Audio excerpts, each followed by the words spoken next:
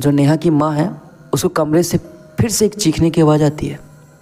उसकी माँ दौड़ के जाती है तो देखती कि नेहा जो है ना वो बेड के नीचे छुपी हुई है और वो चीख रही है, बहुत डरी हुई है।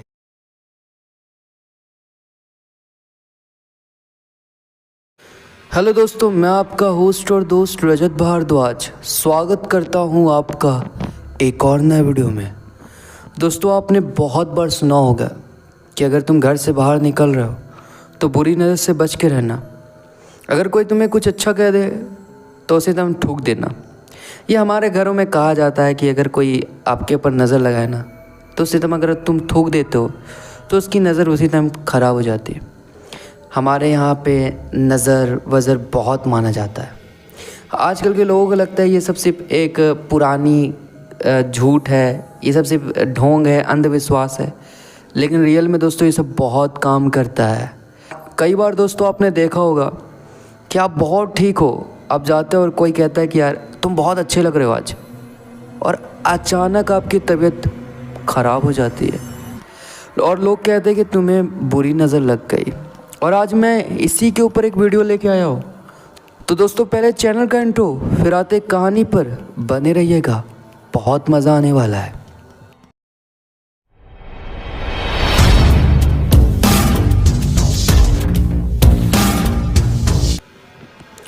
दोस्तों ये कहानी नेहा की है।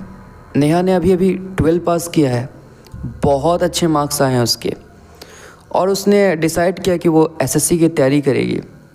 और घर वालों ने भी उसे कहा है कि तुम एसएससी की तैयारी करो, तुम्हें जो करना है करो, क्योंकि नंबर बहुत अच्छे आए और नेहा बचपन से बहुत इंटेलिजेंट है। नेहा का घर दिल्ली में है और वो नोएडा में जाके तैयारी करने का सोच रही है। घर वालों ने भी उसका एडमिशन नोएडा में करा दिया है। उसका एडमिशन ऐसे कॉलेज में करा है जहाँ पे क्लासेस करना ज़रूरी नहीं है। आप अगर एक दिन भी चले जाओगे तो सब कुछ मैनेज हो जाएगा। और नोएडा के एक बहुत अच्छे इंस्टीट्यूट पे उसका एडमिशन हो गया है जहाँ पे वो एसएससी की तैयारी करती है। वो वहाँ पे मतलब 6-7 घंटे की क्लासेस डेली करना पड़ता है। पास में एक गर्ल्स हॉस्टल है जहाँ पे नेहा रहेगी, और घर वालों ने भी सब कुछ तैयारी कर दी है। नेहा चली गई है, पहला दिन बहुत अच्छा रहा। उसके पास के जो दोस्त है ना, मतलब उसके जो रूममेट है, सारे एसएससी की तैयारी कर रहे हैं और उसी इंस्टीट्यूट पे वो लोग ने भी एडमिशन लिया हुआ है, तो इसे कोई टेंशन की बात नहीं हो। और ये लोग ना 3-4 महीना पहले से तैयारी कर रहे हैं, तो नेहा को जो है ना थोड़ी सी हेल्प मिलने वाली है इन लोगों से। नेहा बहुत एक्साइटेड है। 3-4 दिन बहुत अच्छे गए नेहा के, और एक हफ्ता होते होते ना नेहा ना जितनी भी टीचर है सबकी फेवरेट हो चुकी है। सारे लोगों को नेहा बहुत पसंद है, क्योंकि नेहा इतनी इंटेलिजेंट है ना, वो सारे क्वेश्चन को बहुत जल्दी सॉल्व करने लगी है और उसे बहुत जल्दी सब कुछ याद भी होने लगा है, जिसके चलते सारे टीचर्स नेहा को बहुत पसंद करने लगे हैं।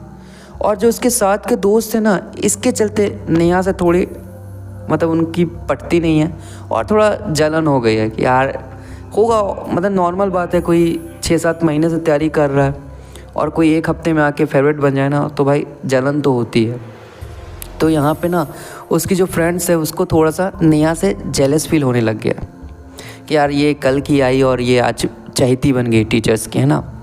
नेहा का सब कुछ बहुत समझा रहा है। आज रात को ना थोड़ा सा नेहा को लो फील हो रहा है, मतलब ऐसा लग रहा है कि तबीयत थोड़ी सी ठीक नहीं है। पूरी रात उसे नींद बिल्कुल नहीं है, फिर भी वो इंस्टीट्यूट गई हुई है और क्लासेस कर रही है। टीचर ने उसको देख के कह दिया कि नेहा, मुझे लगता है कि तुम्हारी तबीयत ठीक नहीं है और तुम्हारा ध्यान पढ़ाई में भी नहीं है।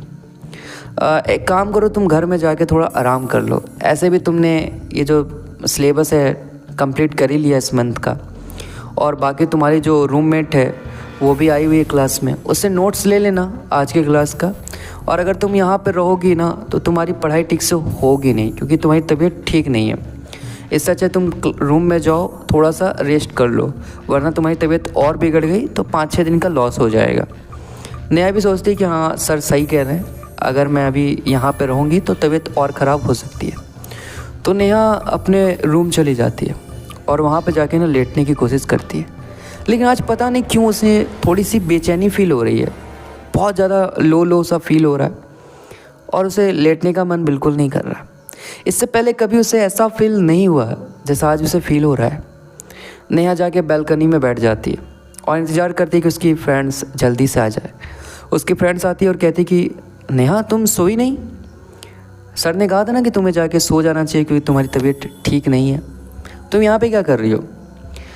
नेहा कहती कि क्या करूँ यार, अच्छा नहीं लग रहा था मुझे, बहुत बेचैनी सी लग रही थी, इसलिए मैं बालकनी में आके बैठ गई और तुम सबका इंतज़ार कर रही थी। कहते अच्छा कोई नहीं, चलो लंच वंच करते। लंच वंच किया, पढ़ाई वढ़ाई की, डिनर विनर करके नेहा फिर से सोने चली गई। रात 3 बजे ना अचानक से हॉस्टल के बाथरूम से किसी के चीखने की आवाज़ आती है और ये आवाज़ इतनी तेज़ थी ना, आसपास के जितने भी रूम्स थे सारी लड़कियां दौड़ के जाती है और जब वो लोग जाके देखती है ना तो देखती है कि वहाँ पे नेहा बेहोश पड़ी हुई थी। ये देखकर जितनी लड़कियां वो वार्डन को बुलाती है, वार्डन नेहा को उठा के रूम में लेके आती है। डॉक्टर को बुलाया जाता है। डॉक्टर कहते हैं कि नेहा को बहुत तेज़ बुखार है जिसके चलते वो बेहोश हो गई। इसके बाद जो वार्डन वो नेहा के घर में कॉल करती है। नेहा की फैमिली जो है वो पास में ही रहती है, तो वो लोग 2-3 घंटे में आते हैं और नेहा को अपने साथ अपने घर ले जाते हैं। घर में नेहा नॉर्मल है, अभी ठीक है, दवाइयाँ डॉक्टर ने दी है और बुखार भी थोड़ा थोड़ा करके उतर चुका है और नेहा जो है वो 2-3 घंटे सोई भी है, थोड़ा सा उसे रिलैक्स फील हो रहा है। वो सुबह होते ही अपने पापा को कहते हैं कि अगर पापा ठीक लगा तो मैं शाम को ही हॉस्टल चली जाऊंगी, क्योंकि मैं नहीं चाहती कि मेरी पढ़ाई का घाटा हो, क्योंकि 3-4 महीने में टेस्ट भी है और मुझे अच्छे नंबर लाने हैं। नेहा के पापा बोलते हैं ठीक है, अगर तुम शाम को ठीक लगी तो मुझे कॉल कर देना, मैं तुम्हें खुद हॉस्टल छोड़ दूँगा। ऐसा करके जो नेहा के पापा है वो अपने ऑफिस चले जाते हैं। नेहा अपने रूम में बैठी हुई है। कुछ देर बाद ना जो नेहा की माँ है उसको कमरे से फिर से एक चीखने की आवाज़ आती है। उसकी माँ दौड़ के जाती है तो देखती कि नेहा जो है ना वो बेड के नीचे छुपी हुई है और वो चीख रही है, बहुत डरी हुई है। नेहा की माँ जैसे बेड के नीचे देखती है ना वो चौंक जाती है, क्योंकि नेहा बेड के नीचे छुपी हुई थी, एकदम डरी हुई है, मानो जैसे कमरे में कोई हो जिससे नेहा डर रही हो और उससे छुप रही हो खुद को और उससे खुद को छुपा रही हो। नेहा की माँ को समझ नहीं आ रहा है कि उसकी बेटी के साथ ये क्या हो रहा है। नॉर्मल सी बात है यार, कोई 20-22 साल की लड़की अगर ऐसा बिहेव करे ना तो कोई भी डर जाएगा। नेहा की माँ को समझ नहीं आता है। वो नेहा के पापा को फ़ोन करती है कि जल्दी आ जाओ, नेहा की तबीयत ठीक नहीं है। नेहा को जैसे तैसे बैठ के अंदर से निकाला जाता है और उससे पूछ रही है उसकी माँ कि क्या हुआ बेटा, क्या हुआ, कोई था क्या कमरे में, तुम किससे डर रही थी और क्यों चीखी तुम? नेहा कुछ भी नहीं बोल रही है।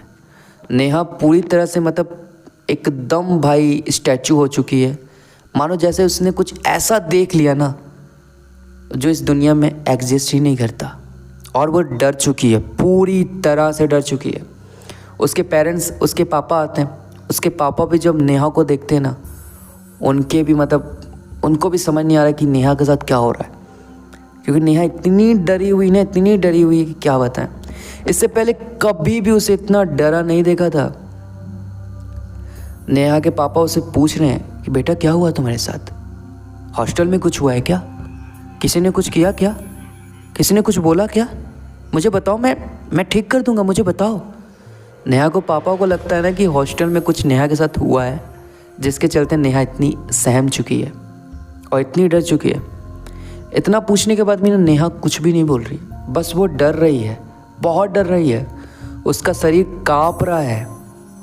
जून जुलाई के मौसम में उसका शरीर ऐसे काँप रहा है ना मानो दिसंबर की सर्द रात हो, इतना उसे ठंड लग रही है। नेहा की माँ ये देख कर ना रोने लग जाती है। वो बोलती मेरी बेटी को क्या हो गया, बिल्कुल ठीक थी मेरी बेटी, जब से वो हॉस्टल गई है एकदम ख़राब हो गई है, उसकी तबीयत बिल्कुल ख़राब हो गई है, मुझसे नहीं देखा जा रहा, कुछ करो, कुछ करो। नेहा के पापा को भी समझ नहीं आ रहा है वो करे तो करे क्या। नेहा के पापा बोलते कि मैं हॉस्टल से आता हूँ, मैं पता करता हूँ, शायद हॉस्टल में कुछ हुआ है नेहा के साथ। नेहा के पापा हॉस्टल जाते हैं हॉस्टल में पता करते हैं, हॉस्टल में भी जो वार्डन है सब बताते हैं कि ऐसा कुछ भी नहीं हुआ। बस उस रात पता नहीं क्यों नेहा की तबीयत ठीक नहीं थी और नेहा अगले दिन जब इंस्टीट्यूट गई तो वहाँ से भी उसे भेज दिया गया क्योंकि उसकी तबीयत ठीक नहीं थी। उसके बाद से ही उसके साथ ये सब चीज़ें होने लगी थी।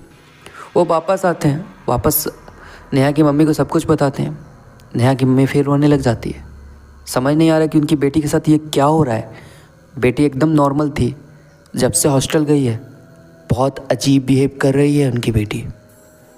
नेहा की माँ जो है ना, वो नेहा के पास जाती है, देखती नेहा बहुत डर रही है तो वो हनुमान चालीसा पढ़ने लग जाती है। जैसे वो हनुमान चालीसा की मतलब शुरुआत ही करती है ना, नेहा डर जाती है और वो कमरे से एकदम तेज़ी से भागती है और कहती है बंद कर दो इसे, बंद कर दो, बंद कर दो इसे, बंद कर दो। जैसे उसने क्या सुन लिया हो। नेहा की माँ बोलती है अरे बेटा मैं बंद कर रही हूँ, क्या हुआ क्या हुआ। उसकी माँ को समझ नहीं आ रहा है ऐसा क्यों कर रही है उसकी बेटी, ऐसा बिहेव क्यों कर रही है, इतना अजीब बिहेव। नेहा की माँ कहती है कि अजी मुझे कुछ गलत लग रहा है, मुझे ऐसा लगता है कि हमारी बेटी के ऊपर किसी ने कुछ कर दिया है और हमें पास के जो बालाजी के मंदिर है ना, वहाँ अपनी बेटी को लेके जाना चाहिए। उसके पापा बोलते हैं कि तुम भी क्या बात कर रही हो, हमारी बेटी की तबीयत बस ख़राब है, बुखार उसके सर पे आ चुका है जिसके चलते ये ऐसी हरकत कर रही है।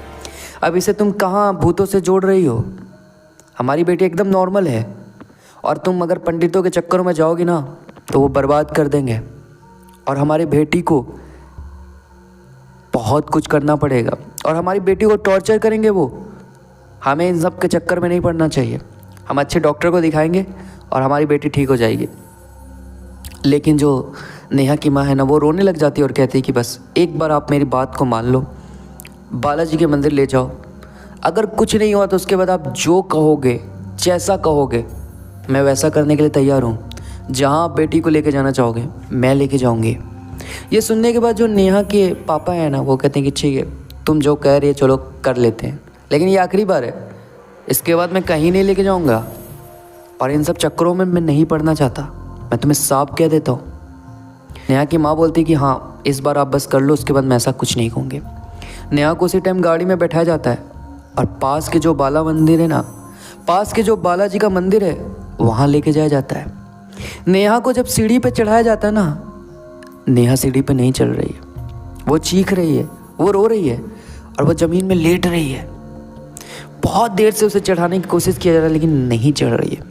दूर से ये सब चीज़ ना वहाँ के पुजारी देख रहे थे, वो दौड़ के आते हैं और कहते हैं कि आपकी बेटी नहीं चढ़ेगी, क्योंकि अभी जो है ना वो आपकी बेटी नहीं है, वो कोई और है और वो बालाजी के मंदिर पे नहीं चढ़ेगा, क्योंकि बालाजी के मंदिर में जो नकारात्मक शक्तियाँ हैं ना, उनका प्रवेश वर्जित है। आप मेरे साथ आइए। पंडित जी उसे पास में एक रूम है वहाँ लेके जाते हैं और बिना कुछ बताए, मतलब इन लोग ने कुछ भी नहीं बताया था उनको, वो सारी बात बताते हैं। 2-3 दिन से जो उनकी बेटी के साथ हो रहा था ना, वो सारी चीज़ कि आपकी बेटी हॉस्टल में थी, उसके साथ ये सब चीज़ें हुई, फिर वो घर आई, घर में ऐसी हरकत करने लगी। ये सब सुनने के बाद ना जो नेहा के पापा है ना, उसको बिलीव नहीं हो रहा था कि ये कैसे हो सकता है, ये सारी बातें इनको कैसे पता है। वो कहते हैं, पंडित जी कहते हैं कि मुझे ये भी पता है कि आपकी बेटी ऐसे क्यों कर रही है और कौन करा रहा है ये। वो कहते हैं कि आपकी बेटी के ऊपर किसी ने कुछ करा है और जानबूझ के किया है, कोई आपकी बेटी से जलता था जिसने किया है। वो इतना बता देते हैं कि वो आपकी बेटी के साथ आपके उसी हॉस्टल में पढ़ती है जहाँ आपकी बेटी रहती है, जहाँ आपने अपनी बेटी का एडमिशन कराया था, वो उसी हॉस्टल में पढ़ती है और उसी ने आपकी बेटी के ऊपर ये करवाया है। वो नाम तक बता देते हैं। उसके बाद जो बड़े पंडित जी हैं उन्हें बुलाया जाता है, वो आके यहाँ पे नेहा का झाड़ा करते हैं। झाड़ा करने के बाद नेहा के ऊपर एक ताबीज़ बांधा जाता है और नेहा को कहते हैं कि तुम्हें 7 दिन तक यहाँ आना पड़ेगा और 7 दिन तक बालाजी के सामने तुम्हें हनुमान चालीसा पढ़नी होगी। उसके बाद तुम्हारा कोई बाल बाका नहीं कर सकता, तुम्हारे ऊपर जो करा है ना वो ख़त्म हो जाएगा और वो उल्टा उसके ऊपर जाके लग जाएगा और तुम्हें खुद पता चल जाएगा कि किसने किया है।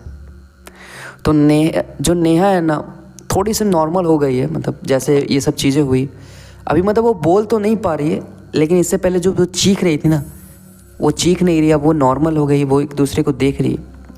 वो डेली 7 दिन तक वहाँ गई, उसने हनुमान चालीसा का पाठ किया, और 8वें दिन से ना नेहा एकदम नॉर्मल हो गई। जैसे नेहा पहली थी ना, वो एकदम वैसी हो गई। और सेम जो चीज़ें नेहा के साथ हो रही थी ना, वो सारी चीज़ें उसकी जो रूममेट थी उसके साथ होने लगी। उसके साथ भी वही सारी चीज़ें होने लगी जो नेहा के साथ हो रही थी। और नेहा के पेरेंट्स समझ गए कि उसी ने नेहा के ऊपर ये सब करवाया था। नेहा को उसके बाद उस हॉस्टल से शिफ्ट किया गया और उसे अपने घर से ही मतलब पढ़ाई शुरू की। वो ऑनलाइन ही अब तैयारी कर रही है, उसे बाहर अब उसके पेरेंट्स नहीं भेज रहे। लेकिन नेहा के साथ उसके बाद कुछ भी नहीं हुआ, वो बिल्कुल डरती नहीं है, और उसका जो बिलीव है वो पूरा बालाजी के ऊपर हो चुका है। एक बात हमेशा याद रखिएगा, अगर आप बालाजी के भक्त हैं ना, तो आपके साथ ऐसा कुछ भी नहीं हो सकता। जितनी भी बुरी शक्तियाँ हैं ना, वो हनुमान जी के पैरों के नीचे झुकी रहती है। अगर आपको लग रहा है कि आपके ऊपर किसी ने करवाया है या किया है, तो उसी टाइम आप जाएं, बालाजी के शरण में जाएं और हनुमान चालीसा पढ़ने लग जाएं। 7 दिन के अंदर आपको जो भी नकारात्मकता फील हो रही थी ना, वो एकदम दूर हो जाएगी। आपको एकदम अच्छा फील होने लग जाएगा। ये करके देखना दोस्तों, और कमेंट करके फिर बताना कि ये जो मैंने कहा ये सही है कि नहीं। मैंने बहुत बार किया है। भगवान पे भरोसा रखो, बजरंगबली पे भरोसा रखो। और बताओ दोस्तों, ये कहानी कैसी लगी? अच्छी लगी तो लाइक करो, चैनल पर नया तो सब्सक्राइब करो। फिर मिलते हैं दोस्तों ऐसी नई कहानी के साथ। अभी के लिए बस इतना ही दोस्तों।